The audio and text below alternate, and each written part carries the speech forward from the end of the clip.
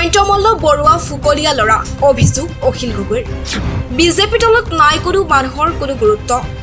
হিমন্ত বিশ্ব শৰ্মাৰ কোম্পানীত পৰিণত বিজেপি অসমৰ বিজেপি দলটো HBS কোম্পানী প্ৰাইভেট লিমিটেড এই মন্তব্য বিধায়ক অখিল গগৈৰ বিজেপি দলত বিসম্বাদ নহব কিয় বিজেপি দলটো এতিয়াতো আৰু বিজেপি হৈ থকা নাই এটো হিমন্ত বিশ্ব শৰ্মাৰ কোম্পানীত পৰিণত হ'ল সেইকাৰণে মই বিজেপি অসমৰ বিজেপি দলটোক আজিকালি HBS কোম্পানী প্ৰাইভেট লিমিটেড বুলি কওঁ Himanta Biswa Sarma private limited company এই দলটোত আন কোনো মানুহৰ কোনো কথাই গুৰুত্ব নাই হিমন্ত বিশ্ব শৰ্মা চৰকাৰৰ কোনো এজন মন্ত্ৰী নাই গুৰুত্ব হেয়া চন্দ্ৰমোহন পাটোৱাৰীয়ে হওক বা যোগেন মোহন হওক বা বিমল বৰাই হওক বা ৰঞ্জিত দাসেই হওক ইয়াত কেৱল হিমন্ত বিশ্ব শৰ্মাৰ বাহিনী পীযুষ হাজৰিকা জয়ন্তমল্ল বৰুৱা আৰু যিসকলে চেণ্ডিকেট চলায় যিসকলে অসমত ২ নম্বৰী কাম কৰে সেইসকলৰ বাহিৰে আন কোনো মানুহৰে গুৰুত্ব নাই বিজেপিত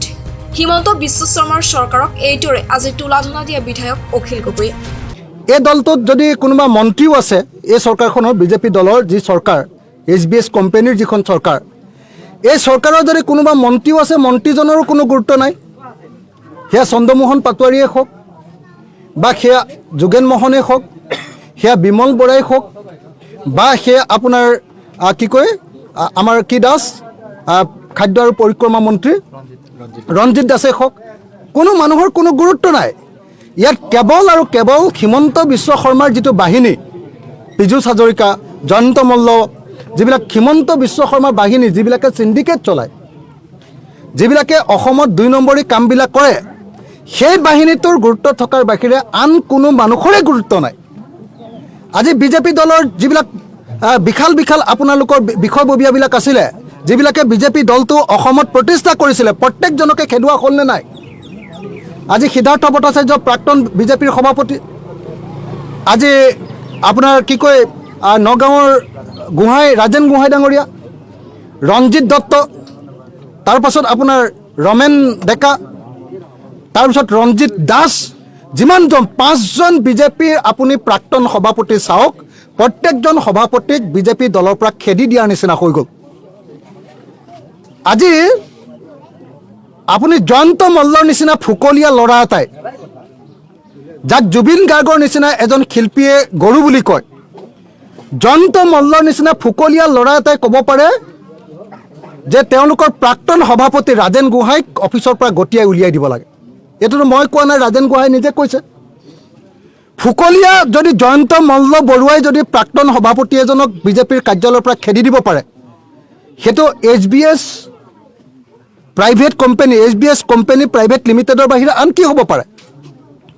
তাৰমানে হিমন্ত বিশ্ব শৰ্মাই বিজেপি দলটোক টেক অভাৰ কৰি ল'লে কোম্পানী যে ইটোৱে সিটো কিনি লয় যে টেক অভাৰ কৰি ল'লে এতিয়া সেইকাৰণে বিজেপি দলটো বিজেপি দল নহয় বিজেপি দলটোৰ অসমৰ নামটো হ'ল HBS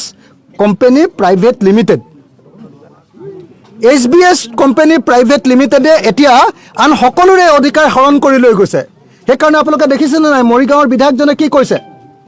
মৰিগাঁৱৰ বিধায়কজনে কৈছে যে এতিয়া অসমততো বিধায়ক থাকি কোনো লাভ নাই বিধায়কৰ কোনো ক্ষমতাই নাই সব কাম এতিয়া বিধায়কৰ পৰিৱৰ্তে হিমন্ত বিশ্ব শৰ্মাৰ যিটো গুণ্ডা বাহিনী সেই গুণ্ডা বাহিনীটোৱে পৰিচালনা কৰে বিধায়কবিলাকৰ কোনো কাম নাই আজি দলৰ বিজেপি দলৰ পুৰণা কৰ্মীবিলাকক পুৰা নিষেধ কৰি পেলালে হিমন্ত বিশ্ব শৰ্মা বাহিনীটোৱে কোনো সিদ্ধান্ত ল'ব নোৱাৰে আজি আটাইতকৈ ইম্পৰ্টেণ্ট কথা তপন গগৈ যে ইয়াৰ MP তেওঁকো খেদিবৰ কাৰণে ব্যৱস্থাই কৰিলে কিবা এটা ইনচিডেণ্টৰ কাৰণেহে তেওঁ বাচি গ'ল আজি দৰঙৰ যিজন কি কয় মঙলদৈৰ যিজন MP আছিলে শইকীয়া তেওঁৰ ক্ষেত্ৰতো আমি দেখিছোঁ যে একেটাই ঘটনা গতিকে এফালৰ পৰা বিজেপি দলটোৰ ভিতৰত বিসম্বাদ হোৱাটো খাটাং কাৰণ এফালৰ পৰা বিজেপি দলটোৰ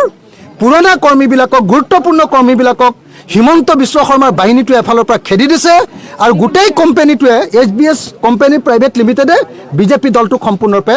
টেক অভাৰ কৰি ল'লে গতিকে মই আশা কৰোঁ যে বিজেপি দলৰ যিবিলাক পুৰণা কৰ্মী সৎ কৰ্মী নিষ্ঠাবান কৰ্মী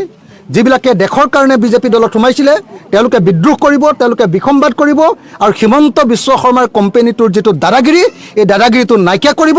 আৰু দলৰ ভিতৰত তেওঁলোকে গণতন্ত্ৰ প্ৰতিষ্ঠা কৰিব, এই আশা কৰিছোঁ। নহ'লে কিন্তু বিজেপি দলটোৰ ভৱিষ্যতটো নাই। আমিতো ভালেই পাওঁ,